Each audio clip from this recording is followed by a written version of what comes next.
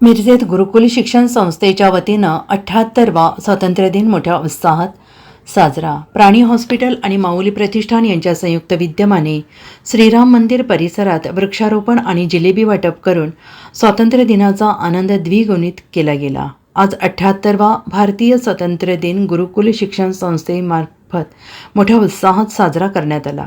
या कार्यक्रमाचे अध्यक्ष गुरुकुल शिक्षण संस्थेचे अध्यक्ष मोहन वनखंडे सर आणि प्रमुख पाहुण्या म्हणून संस्थेच्या सचिव, माजी नगरसेवक आणि सभापती समाज कल्याण सौ अनिता वनखंडे मॅडम यांच्या शुभ हस्ते ध्वजारोहण करण्यात आले.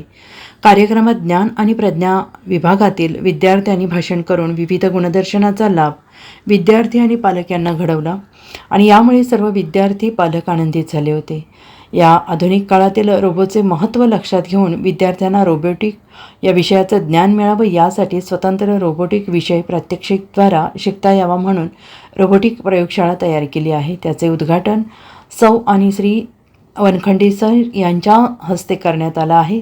उपस्थित विद्यार्थी पालकांनी आपल्या भारत मातेसाठी योगदान देण्याचं आवाहन केलं आहे. उपस्थित विद्यार्थी आणि पालक यांना खाऊ आणि जिलेबी वाटप करण्यात आलं. स्वातंत्र्य दिनाचं औचित्य साधून accidental and orthopaedic hospital, joint replacement प्राणी हॉस्पिटल आणि माऊली प्रतिष्ठान यांच्या संयुक्त विद्यमाने साईनंदन कॉलनी श्रीराम मंदिर परिसरात वृक्षारोपण उपक्रम राबवून झाडे लावा झाडे जगवा हा संदेश देण्यात आला. वृक्षारोपणासाठी मिरजेतील नामांकित धन्वंतरी डॉक्टर विनोद परमशेट्टी, डॉक्टर श्री आणि श्रव प्राणी, डॉक्टर श्रीमती तांबोळी, डॉक्टर रियाज मुसावर, भाजप युवा मोर्चा जिल्हाध्यक्ष दिगंबर जाधव उपस्थित होते. 15 ऑगस्ट स्वातंत्र्य दिनानिमित्त साईनंदन राम मंदिर येथे आज वृक्षारोपणाचा कार्यक्रम आयोजित केला होता. हा कार्यक्रम माऊली प्रतिष्ठान आणि ऑर्थोपेडिक प्राणी डॉक्टरांचं हॉस्पिटल यांच्या माध्यमातून हा कार्यक्रम इथं आयोजित केला आहे. यावेळेला वृक्षारोपण करण्यासाठी मिरजेतील सुप्रसिद्ध असे डॉक्टर परमशेट्टी सर, त्याचबरोबर डॉक्टर रियाज मुजावर त्यांच्या सहभागी होती, डॉक्टर प्राणी सर आणि प्राणी मॅडम आणि या कॉलनीतील आणि या माऊली प्रतिष्ठानचे सर्व कार्यकर्ते यांच्या उपस्थितीमध्ये हा वृक्षारोपणाचा कार्यक्रम इथं आयोजित केला आहे.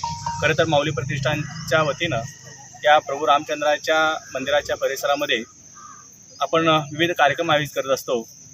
त्यामध्ये श्रीशक्तीचा नवरात्र उत्सव असेल, बरोबर रामाची रामनवमीचा कार्यक्रम, असे मोठ्या प्रमाणात कार्यक्रम इथं होत आहेत.